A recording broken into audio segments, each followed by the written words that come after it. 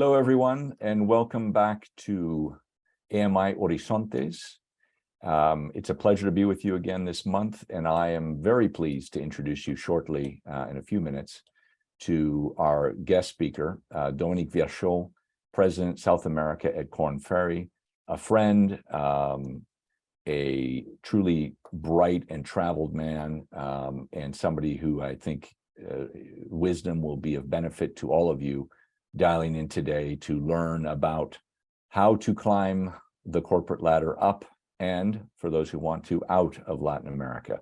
This is a topic that is often discussed in different Latin American leadership forums that I've taken part in over the years. So I'm really looking forward to hearing Dominique's wisdom on that.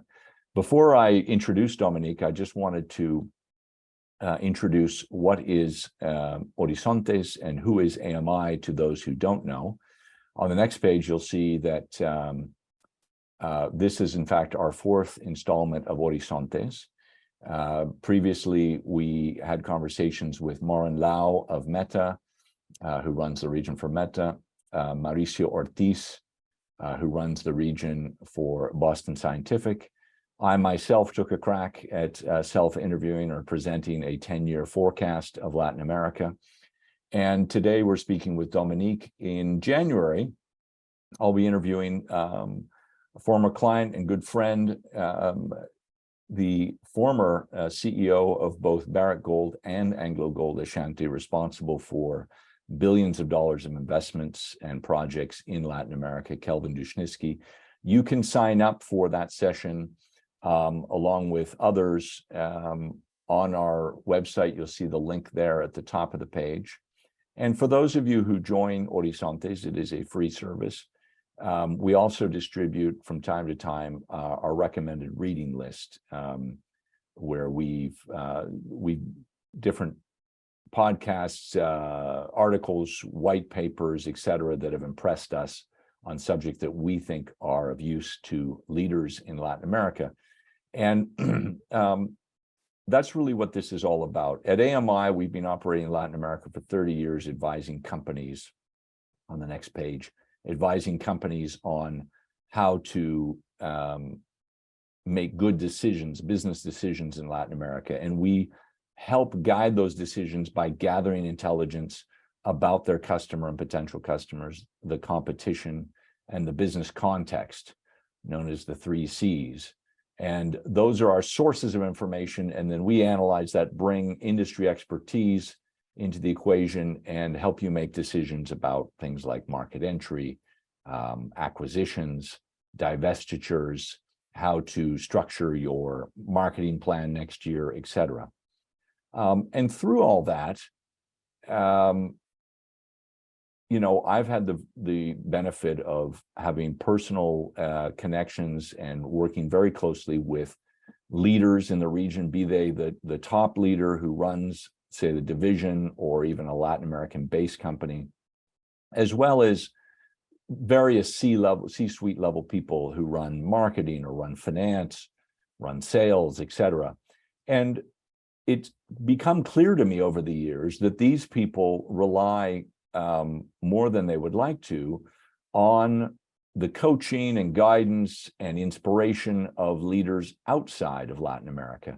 Now, oftentimes, particularly in areas like technology, those leaders and how they see the world is very useful and very transferable to Latin America. But for a lot of issues in Latin America, they're so unique and so different than the issues facing leaders in Europe, in North America, in Asia, that I thought it was high time that we start interviewing and featuring the knowledge of our own leaders in Latin America. And so that was the genesis of Horizontes, and we hope you enjoy it. This is the fourth installment. I'd like to just briefly tell you about Dominique, who I've known for several years now. He is President of South America at Korn Ferry. He's worked over the last 14 years at Korn Ferry, worked in Miami, Milan, Paris, Sao Paulo, and Miami. And he's counseled, obviously, hundreds of senior level executives on their career paths, as well as counseled hundreds of companies on how to attract and retain the best talent. And we all know that talent is really what drives the success of our companies, particularly in the higher ranks. So without further ado, Abel, if you could drop the document, and Dominique, if you could join us by camera. Great to see you, Dominique. Thanks so much for being here. Good morning, everyone. Thank you, John. Thank you, Abel. And thank you, the AMI Horizontes team. Really excited to have this dialogue with you all today, and hopefully we can all learn something from each other. So, and John, I just realized, but next year is a big year, right? It's your 30 years. So that's right. Yeah. So that's right. We have to get ready for that. And as an entrepreneur and having a business going on for 30 years, it's I think it's probably no more than 5 or 6% of any company that start business. So you are you're making history. Congratulations for that. Thank you, Dominic. I appreciate that. There's always two sides of the coin. 30 years into a career, there are certain things you can hang your hat on, and then there's a constant reminder of, why is it so difficult to get up at 4 a.m. to catch a plane across the continent? But that's not you. It's the airport issue. That's right. Dominique, appreciate that. As you know, I've prepared a number of questions for you, but also I want to remind the audience that they are very welcome to pose their questions. Most of you will find a ribbon at the bottom of your screen and the Q&A icon there. And if you go ahead and type in your questions at any point today, we will address those questions, do our best to address them either throughout the interview or towards the end. And, Dominique, there's people are anticipating your wisdom on this, on how to run your career. But I always think it's interesting, before we get in that, to just learn a little bit more about your background. My understanding is that you're of Swiss descent. I'm not sure if that's where you were born and grew up, but maybe give us a little background. I know you've traveled a lot and lived in several countries, and tell us a little bit about your personal background. Yeah, one thing I will not talk about, Johnny, the Swiss football. Because it's been embarrassing, and I just don't know how things like that can happen. But I'm happy because Brazil is doing well, so hopefully, and Argentina also. So that will make up for a disastrous game yesterday. Yeah, I was born and raised in Switzerland, went to school in Switzerland, studied in the Geneva office of PwC. And for the audience, and I think it's relevant to our conversation, I remember as probably when I was no more than 10, 12 years old, that I wanted to travel the world. Geography was the most interesting topic for me, and this is something that came very, very, very early on, and it actually has never gone away. And when I finished school, I went to PwC Geneva, and very quickly I engaged with them to be able to go to the US. New York would be the preference, but definitely the US.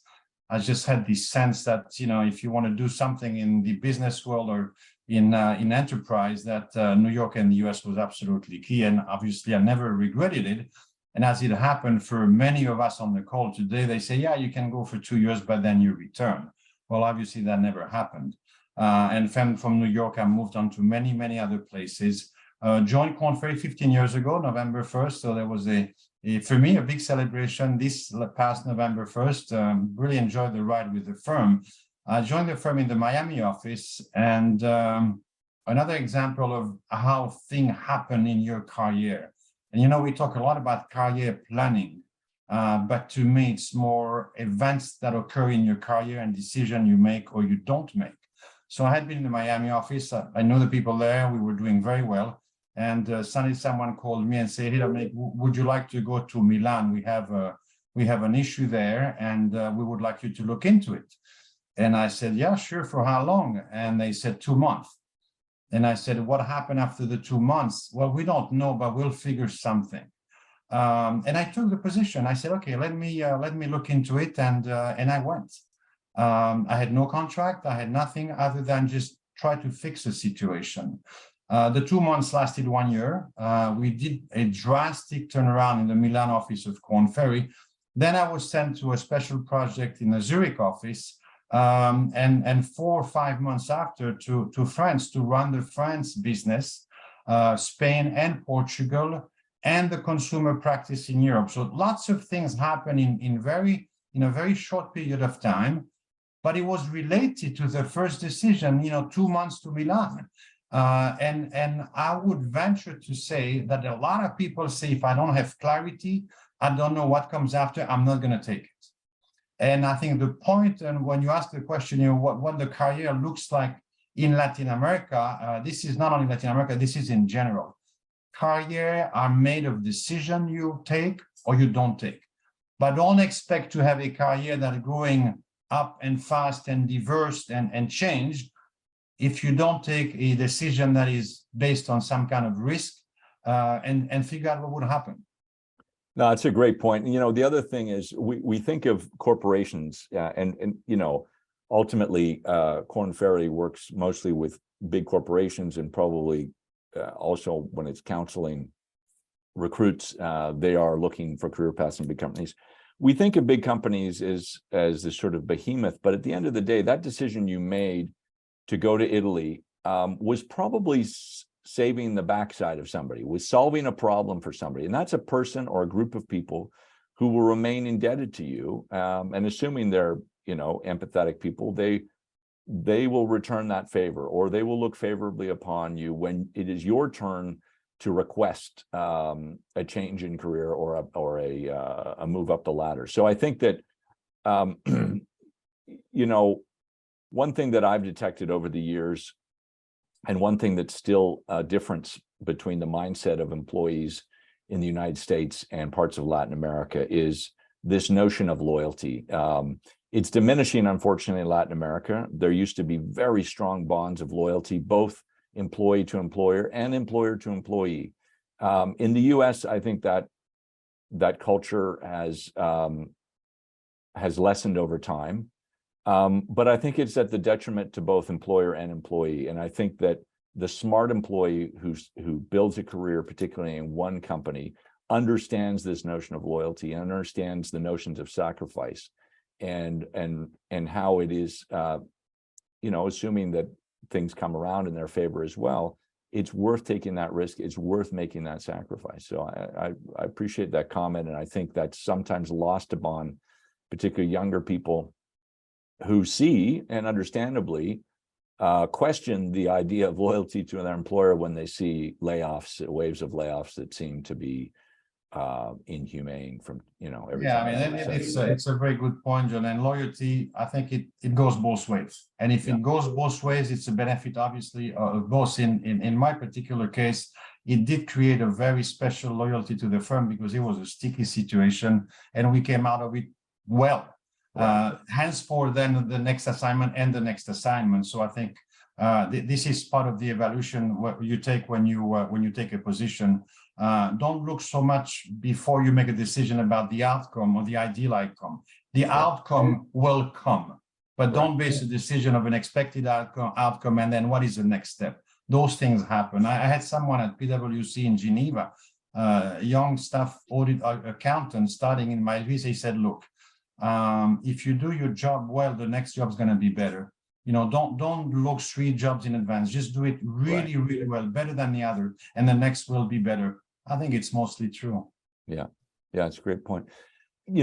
I've met a few in your industry over the years, and many of them, most of them, I would say, started in other careers and then pivoted towards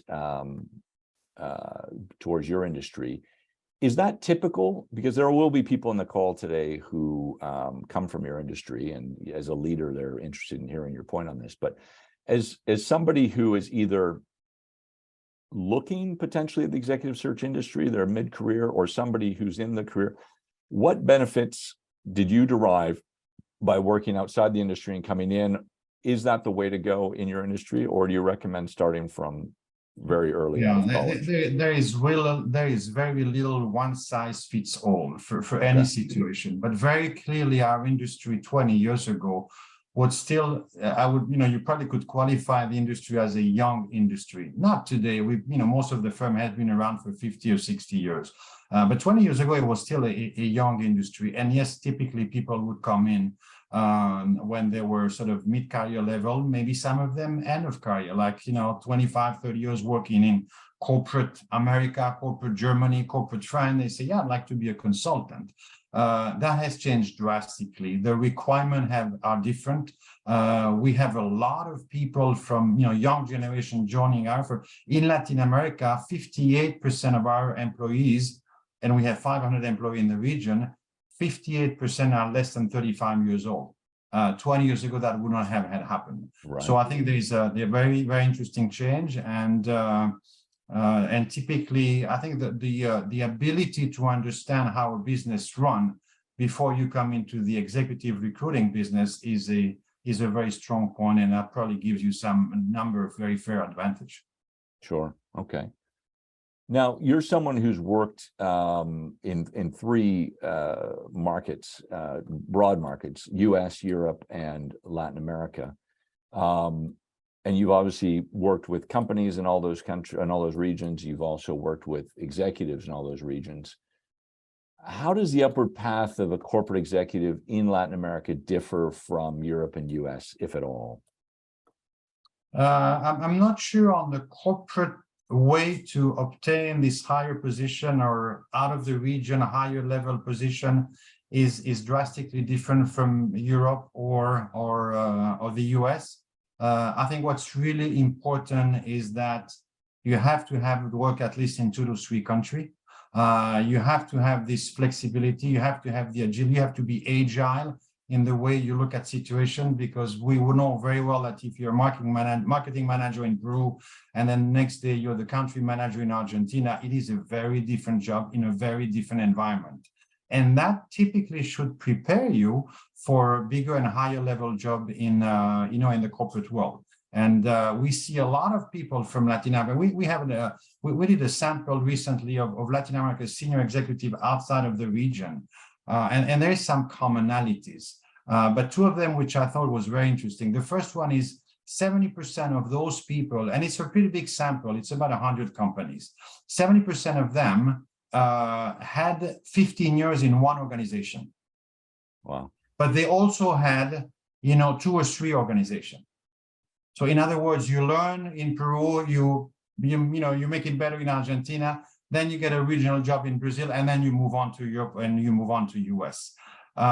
So they all have had 2 or 3 different countries before that bigger position. Most of them, I'd say more than half of them, have an MBA, either in the US, which is a preferred place, or in the region. But then Spain is also a very important place in terms of getting their MBAs. So there's a number of commonalities that you can find in those people. Where there may be a difference is the typical senior executive, and I'm talking about someone reporting to a country manager, or a regional manager. They have a lot of ties within their own country for family reasons, and it is hard for them to move. And what they end up doing, they end up having 2 or 3 times the same job in the same country because they're unwilling to move. And that's something that obviously has a huge impact. The decision to make about a move outside of your country of origin has a huge impact in your family. And I'm not saying it's right or wrong, but it does have an impact, and it does have consequences. Because once you have had 3 jobs, finance director or country manager in Ecuador, in Brazil, or anywhere in Colombia, your ability to move into a bigger job somewhere else is reduced drastically. So the family component in that decision is important. We know Latin America colleagues, they start, we probably think first with our heart, and then we don't look at the head, but the heart is a big part of the decision. Sure. And that's where we observe the most difference, and that's where we observe the most difficulty when we want to move people outside of one country, their own country typically. Is it a problem, or is there a limit to the level of person that can be moved to the US by, be it a US company or a company from another part of the world who happens to have their regional headquarters in the US, usually Miami? Are US immigration restrictions an issue? None. If you're from the same company, it's an L1, you get it in 3 weeks. Okay. We recently moved someone for Korn Ferry from Chile to Miami. It took us, I think, maybe 4 weeks because it sit on someone's email for 3 days. So it's an L1 situation. If you want to hire from the outside, it's more difficult, but you can find many ways around it. So no, it's not an immigration issue. It's a decision of, the family decision of the executive involved. Male or female, and by the way, it's the same situation. Sure.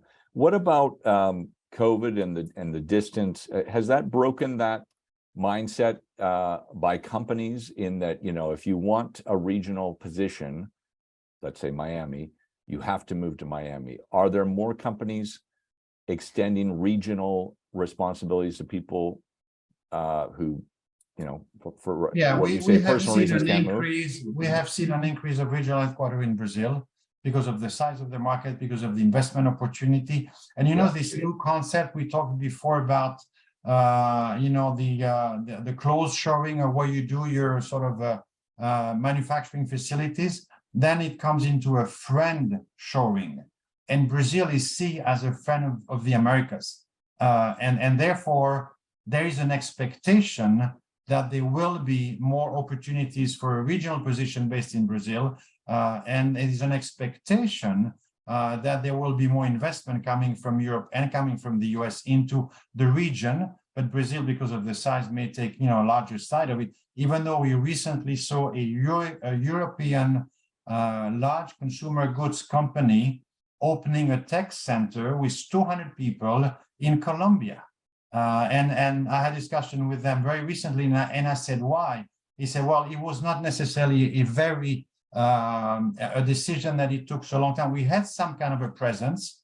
Colombians are well educated, a tech position, they speak English. The environment is reasonably manageable.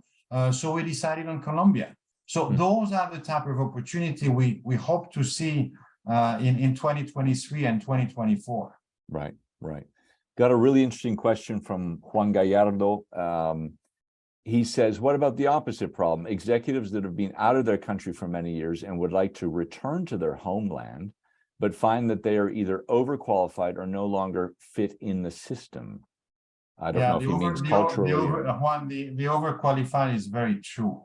But there is an overqualified, perhaps, in terms of capability, management style, leadership, technical knowledge, etc. But there is a financial overqualification, that is that's there.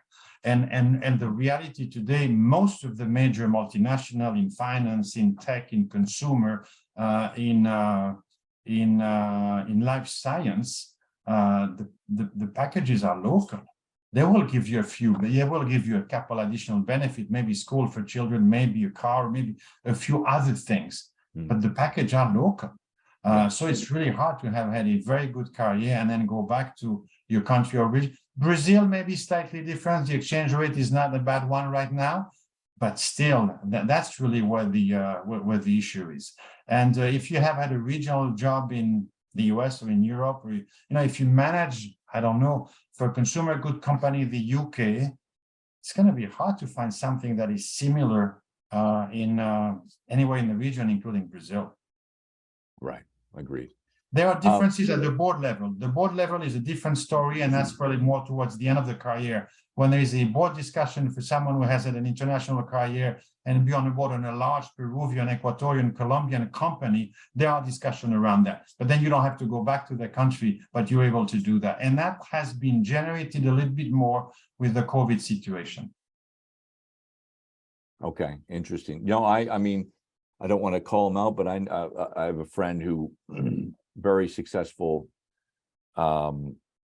marketing executive who wanted the regional position, was certainly qualified for it to come to Miami, but because of distance of distance management, the company decided to make him the regional person, but keep him in his home country at a much reduced salary point.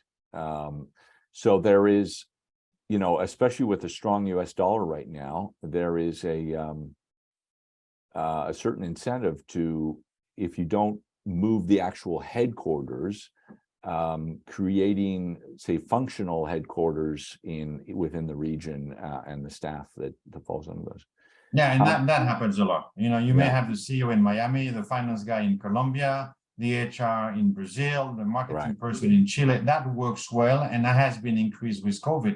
You know, the issue with the COVID and working at distance cross country, there's lots of legal and fiscal issues that companies are not able to tackle it with yet. It is happening. You know, when there are a number of cases or a few cases, companies sort of, you know, say, hey, look, we do this, and this is right. This is a good attraction discussion to have someone based in Brazil that has a responsibility over something in Europe. But the legislation around it, fiscal and legal, is and then the labor law are not an easy. That this is not easy to accommodate. If you travel, if you go from Brazil and you do something in France or vice versa, it is a complex situation. Right. Agreed. I have an interesting question from Manas Kanungo, who asks, is there a bias against selecting older executives in Latin America? No, the answer is no. Absolutely not. There is some sector for, you know, if you're a design engineer in high tech, the chances are you're young and recently out of school, and probably the last 3 years you've done 4 companies, because that's how you learn skill better and fast. Other than that, no. Okay, interesting. No, very, very, very clean. There are opportunities. We always have more position open than people that are needed. There's a flexibility issue, perhaps from the potential candidate or the prospect to say, I don't want to do that anymore. I don't want to do that anymore. I don't want to work for that company anymore. I don't want to go in that country. Well, if you put out all the one you don't really want to do, obviously the chances are reduced. But being open, no, I think I'm not saying we go back to the gray is good, but it's not something that say, okay, no, I don't want to see the person. Right. Okay. Now, again, over the last 30 years, I've seen a real change in the attitudes of, say, American, European-based, even to some degree Japanese-based global corporations in terms of who moves out of the region and who moves into headquarters. But still, there's a vast majority of Latin American executives who never get past the goalpost of divisional headquarters, be they in Miami or Panama or Brazil or wherever, and don't get considered for transfer to, say, another region like EMEA or Asia, or to head office. What advice do you have for those who want to get out of Latin America into a parallel region or into head office? Is it a worthy ambition? With what sacrifice, and how, you know, what's the best way to do it? Yeah, well, first of all, I think there is less to Asia. You can find people going to China. Now it's a little more difficult to send someone to China or Asia in general, but there's quite a bit in terms of the US and Europe. Is your availability, you know, are you willing to go to Norway for 3 years and do the, you know, Northern European country? It's cold, it's dark at night, and you know, the language is hard to learn. Well, I'm going to pass on that one. I'm going to wait for the opportunity in Madrid or the opportunity, I don't know, in the Midwest. So that's part of your being available for something that's different. You don't need to necessarily know the outcome, but it will put you in a very different visibility level. And if you get to you know, the head of Latin America based in Miami, you have built within your own organization a pretty strong network from colleagues in the US and Europe. You're going to use those colleagues, not the months you have in Miami, but not after year 5. You're going to start talking to them probably year 2, year 3, because it takes time to make those moves, and there's not necessarily an open position. So you have to work on that move, and don't be, you know, don't get in the sort of the situation you're very comfortable. It's year number 6, now year number 7, year number 8. We're doing really well. My bonus increased. Everybody's happy with me. They don't want to change me because I'm doing such a good job. So why will I change someone for Latin America? You may just be careful not to pass your time and get in the comfort zone too early. So it's really driven by you and the way you find the opportunity internally and taking some risk. But there is no bias by saying no, oh no. we don't, no, that bias, absolutely no. There's a number of things in the region. I had a call recently with a CFO, not our CFO, but with a CFO for the region. And he said, I don't know how you're doing, Dominique, but we're doing okay. And I've heard internally that we are becoming a stable region, compared with the US, compared with Asia, compared with Germany, France, and those things happen. And I said, well, it's the first time I hear that in many years, but I'll take it, and I like it. So there are plenty of opportunity. We are able to manage changes faster than many other regions, because that's how not only we survive, but that's how we were successful. Managing changes, making the right decision on a consistent basis without having ever been in a situation like that. The right decision on a consistent basis. That's what a Latin America exec, country level, regional level does. Otherwise, he or she would not survive and will not continue to be promoted. But I think the position out of the region, it's like the same position out of Europe, out of the US, out of international. You are at a very high level, and there are less and less position within the organization at a level above. So you have to work on it. You have to find your way around it, and you have to, find an audience that says, hey, I want John, I want Abel, I want Dominique to come and work with me in London, Frankfurt, or Chicago. Yeah, I agree. I think a couple of thoughts. One is I believe that a seasoned Latin American executive is far more qualified to run a Turkey or a Mideast or an Africa or a Southeast Asia than a European or American executive, because of the issues of change, of volatility, of political populism, of corruption. These are all issues that as an executive in Latin America, you learn to navigate, and you learn how to toe the line and be compliant, but not sort of insult and denigrate the players in the marketplace who do operate in that environment. No, absolutely. And we had a number of cases 5-6 years ago where there was a fairly large number of Brazilian in China for that very same reason. The importance on government in your business making decision. You need a permits for everything. They know how to do that in Brazil. And then the other thing, which I think is probably the most important in my view, is you have to be independent to make decision. You cannot have a problem because central bank, because the Ministry of Labor, because of import. That is something you will not change that in the country where you are. You will not. Right. So when you start trying to find a way, sort of find solution on an independent way, which actually, again, that's part of what the successful leader does. Yeah. I think also what I've seen in the executives who do find their way out of the region, these are people who do not rely upon their employers to extend that offer. They invest in themselves. They invest in themselves to learn languages. They invest in themselves to travel to these parts of the world. So instead of taking the kids to Disney, they'll take the kids to Asia. They also go on their own dime and attend conferences outside of the region where they know they will network with people in their own company, but also others in their industry outside of their region. Now, some people would say, no, but that's, the company should pay for that. But you have to break that mindset and you have to invest in your own brand. I think that's important to show that you are of value to the company and you're making that. Very much so. I talked about the internal network before, as how critical it is to find your next position. The external network is the same thing. And it's also part of, as you said, you build your brand, you build your image, you have a good understanding. There's a little bit of, okay, I will take my next job if it's in Madrid. Well, go there and figure out and see if it's really what you want to do and that suits your needs rather than, a dream situation. But, internal and external network, that's what people need to do. And that's how you build a career. And then that's how you, at the end of the day, you get known and you find a connection. You have another network, which is essential and extremely helpful, is your former colleague. You worked with a colleague in Brazil, and now that person is in UK, another one is in Germany, another one is in China. Stay close with those. Those are your best ambassadors. Because they're going to be able to tell what John has done for me, not what we think he can do because of his background. They will know, what he does, and how he thinks.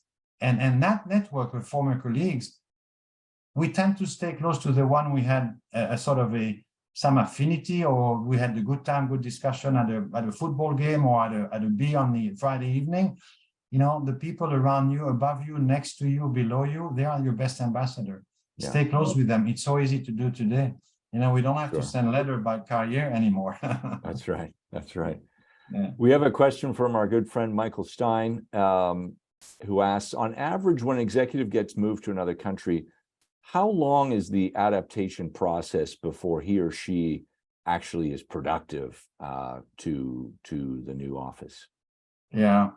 Hey, Mike, it's great to hear from you. I tell you one thing. It's not because company doesn't have the patience. You know, you hear so many cases. Oh, I just moved to Chile. My wife is looking for a house, and I'm already working in the office.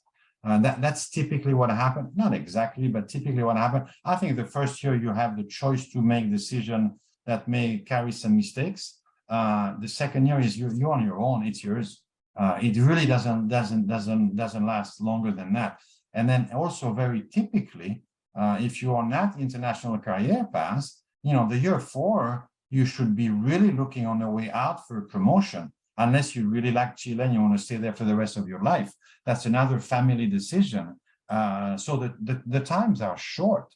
And we have seen on, you know, Fortune 200 CEO that are placed, do they really get a year of a break on the earning calls? No, they don't get a year. They maybe get 1 quarter, maybe 2, no more than that. Right. So I think it is short.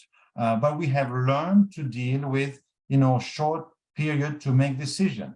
We have learned to be agile. We have learned to grow a business from home.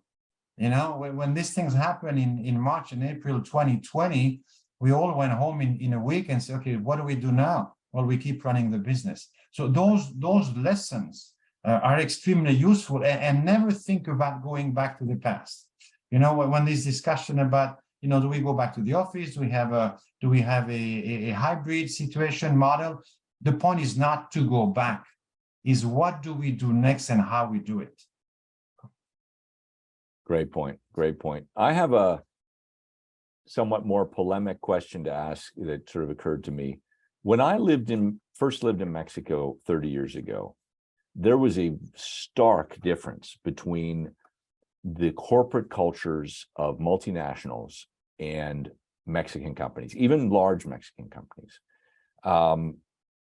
And on the one hand, the Mexican companies were very good at fostering loyalty amongst employees that had been there for a while. And it was a very personal relationship, often between the family that would be multiple members of the senior executives and their mid-tier and lower tier people. But there was also the sense that there wasn't enough meritocracy built into the way these companies operate. And if you weren't from a family, or if you weren't a close friend of the family, it's difficult to break through to the higher echelons. How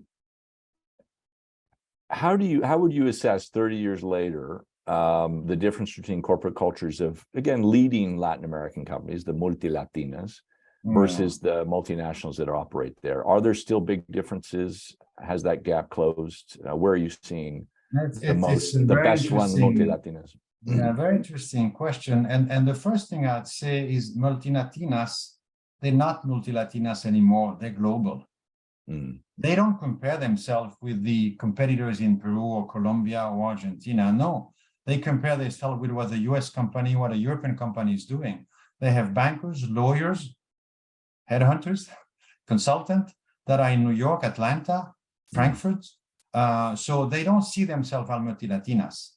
Yes, they have a very strong family ownership still. Many of them, look at the top 10 in every country, well, maybe the top 15 in the region. You will see that the ownership is still not diluted for most of them, even though they may have part of it, you know, ADRs on the New York Stock Exchange. Most of them, it's tight ownership, but the management is a professional management. And when I say professional, I'm not saying that the family is not, but there are people that have gaining experience within the organization, within a number of organizations, sometimes from another country. You know, they are expertise. We try to bring in a scientific world as we speak in Chile. There's no one in the region that has that experience, so we're going to bring it from the outside. So those differences, and also, you know, the family 30 years ago, there probably was an owner, maybe the son of the founder, but today is generation 3, generation 4. It's many of them, and they have blended it to the management of the organization. Some have rules of not being part of it, some don't. But if they don't have rules of the family not being part of the management, let me tell you, they go through the same criteria for growth. There is a point where the ownership becomes again important, and they may get, you know, you're a country manager and you're on the board of the organization. That can happen, but no, the difference is not there. But most importantly for me, Multilatinas are global organizations. You know, do we call a company in Europe multi-European? No. Right. They're global. Sure. Do we call a company in the US multi-Americans? No, they're global. Right. I never use, and I don't like the multilatinas because it seems like still sort of knocking at the door. They're not. Right. They're really not. Right. Yeah, no, I know the magazine America Economia coined the phrase, and I think at one point the larger companies in Latin America that did break out across borders disproportionately focused their growth within the region. So I think that's the genesis of the name. But yeah, the point's well taken. Zone, knowledge, people that you know in another country, family that you know, owners that meet in the same sort of environment. That made sense when you start, but they're way beyond that. Sure. What about their ability to foster talent and retain that talent, even choosing that talent over people who are better known to them, family, friends, et cetera? You know, because I agree with you. I think that these companies have excelled in their financial management. Often their treasury departments, their ability to handle different currencies is superior, frankly, to their ability to manage finances. I think in general is superior often to European and American firms. Their marketing is generally better tuned for emerging markets. But what about this notion of I'm talented, but I'm not part of the friends and family network? How do I get up? You know, how are you doing the right things to retain me? Do they have HR programs where they flag high flyers and, you know, treat them regardless of their origins? How sophisticated is their HR department? Yeah, you know, it's really hard to talk and make generalities, but think about some very representative global from Latin America. Like, you know, if you have a US company, $5 billion based in the Midwest, and the clientele is only in the Midwest, they're not going to be sophisticated. They're American and they earn dollars, but they're not sophisticated. So I think the sophistication based on location really has to do more with where is your market, where is your audience, where is your consumer. So again, in a global from Latin America, Colombia, Peru, Chile, I think the opportunities are right there up to the very, very top level. I could mention today 10 CEOs in family-owned businesses that are not part of the family. And obviously you can come up by saying, look, I know 10 that are part of the family, of course, but there are still many, many cases. There are people from Spain, you know, with a high-level job in Peru or Colombia, in Brazil, family-owned businesses, because that's where they go and recruit their people. So I think that stigma, there's always an owner, right? And there's always a connotation, oh, he's a son of the owner, he's a son-in-law of the owner, and that, you know, that's why he's there. But you have to look a little deeper to really see if he blocked the place of someone else, or if the company lose a very strong talent because he's reporting to an average family member. I think for those organizations, it's not there. In terms of sophistication, in terms of program to attract, to retain, and to pay the best executive, I think it's very, very, very close to what the best can do. And that's why they are no longer multilatinas. That's why they are a global organization. Okay. Interesting question came in. What do you think about repeated changes in career from one unrelated field to another? they've used a word that I haven't seen before. Yeah, Is that dilettantism or flexibility? I think, 20 years ago, I would have Dilettantism said, or flexibility, yeah. yeah, 20 years ago, I would have said loyalty, loyalty, loyalty. You know, you have 20 years of experience and you have 6 companies. Like, what's wrong with this person, right? Why doesn't he stick? Today is very different. Actually, today, if you have 30 years in the same company, you're probably very hard to move. Not to say that you want to move. You're probably very comfortable where you are, well paid and retained and everything. You have the right ingredient and it's a right job for you, which is fine. But clearly it's no longer a stigma by saying how it's changed too much. You know, we expect today someone who's 25 years old, already has had 3 jobs. So if you have children that say that I'm changing job on Monday and then change again in July and then change again the following January, I guess it's part of the average. You shouldn't be worried about that. I think as they grow up in the organization, of course, you have to stick, you have to show that you are promotable. You know, what we look at is obviously many, many different things. But one of the things that is critical to see if they can take on the next step is how promotable they are and how promotable they have been. If you've never been, the chances are you will not be, and much less in a new organization. If you have had a change with a higher level job, you know, 3 companies with the same job in the same country, I'm not saying it's bad, but it doesn't move you ready to take a bigger job in a new country. Right. No, I think that it doesn't necessarily take that long to win the trust of superiors, but it does take a little bit of time. And there's still part of our moral compass of what is fair is still leans towards loyalty and seniority and things like that. It still has some cachet, all things being equal, which they rarely are. But you're right, John. But I would not take that as a security or as a sense that I have an insurance. Right. You know, you can say and you can hear it and feel good about it because they say it. Right. But it's by no means an insurance that, you know, right, you're doing well and you will continue to do well. You probably will continue to do well, but they may not see it the same way. Right. So no, aim for the best performance, but the security issue is a difficult one because we know companies make fast decisions. No, and you made a point earlier on when talking about somebody who, say, for personal reasons, doesn't want to leave the country and therefore puts the brakes on their upward mobility. Well, if they repeat in that position for more than one term, then they're just as unpromotable as the person who jumped from company to company, right? So yeah, I hate to generalize because it's unfair, because we have nobody's like you, John. Nobody is like any of us, because we have our own set of specific characteristics that have to fit in the position. But there are trends that you can see, that you can repeat it. Try not to repeat the bad trends, because, you know, it's kind of these things about insanity, right? Keep doing the same thing and expecting different results. Sure. I want to switch gears a little bit to a subset of people that, you know, you and I are familiar with in the network group that we're members of.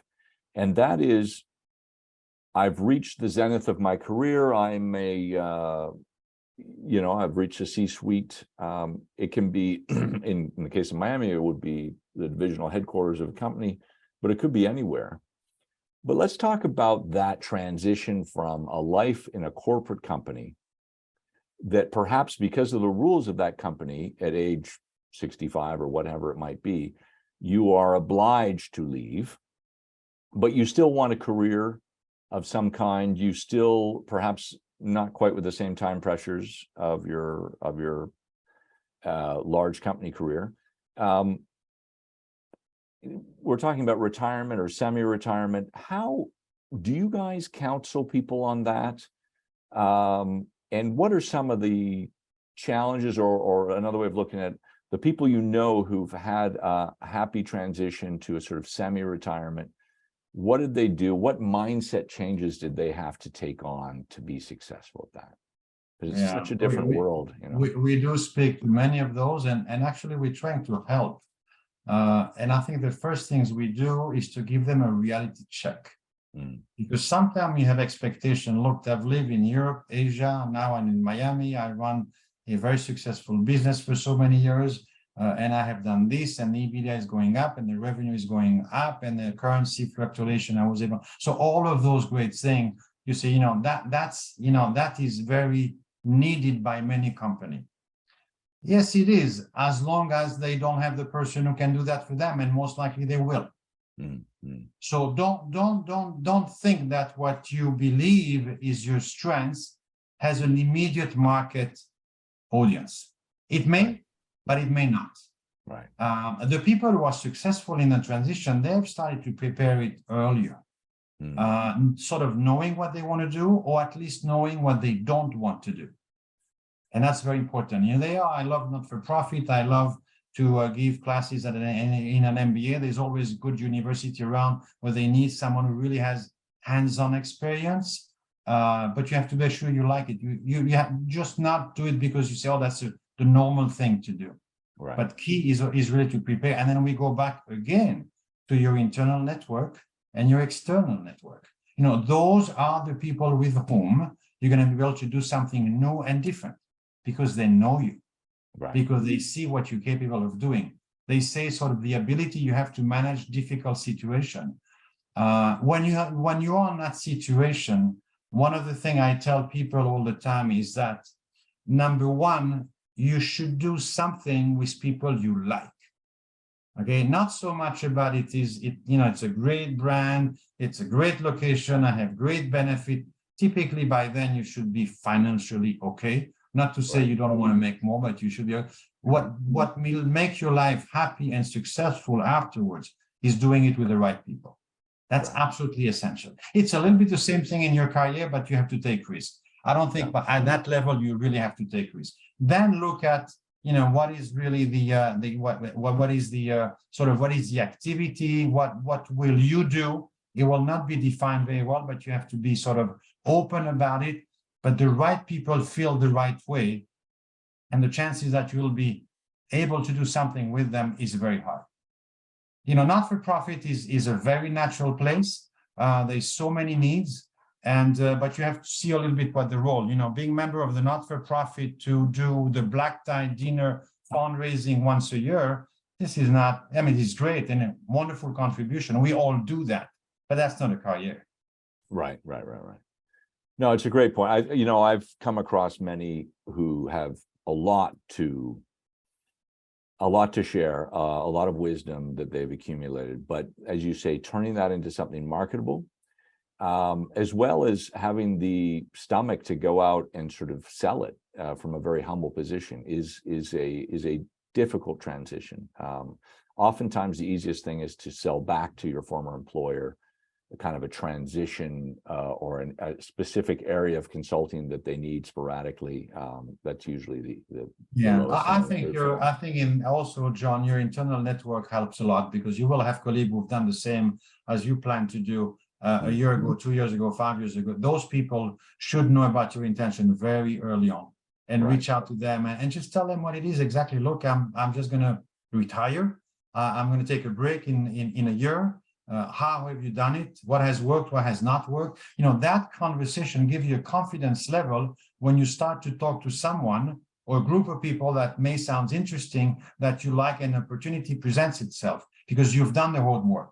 And one of the first thing I always tell people in that situation, I say, look, nobody's is in the list business, but you have to look at your last 15 years. Who were your bosses, peers, and subordinates? Where they are, what they do, and you have to reach out to them. And you have to talk to them, because out of those, many will be in that situation. Many can give you a good idea, good suggestion, and say, look, you know, John, I don't see you in that role. You know, why are you doing that? Now, that's very helpful. We always want to hear we can do everything because we've done everything successfully for 40 years. No, I just can't do that. Right. No, it's a very different environment. Speaking to employees who will tell you wonderful things about you versus speaking to peers.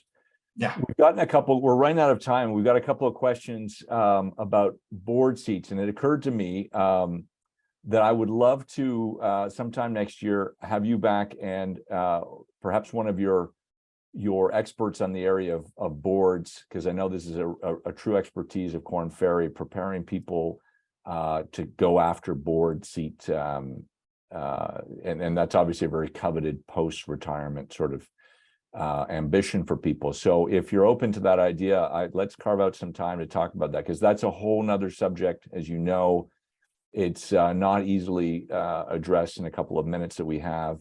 And I would think it would be a fascinating topic for the Horizontes members, many of whom are looking forward 5-10 years to joining a board somewhere. So yeah, but first, thank you for the opportunity, John. I'd love to do that. And it's the same thing. It's got to start early, not after, way before. And most companies will allow you to do it. And it's probably the best way to start thinking about it.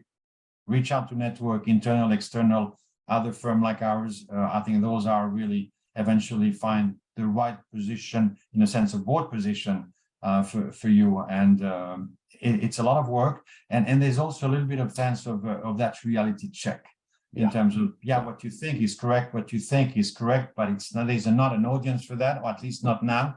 So maybe geared to something a little bit different. Be maybe a little more modest, to be on a Fortune 200 board, the first one, maybe hard.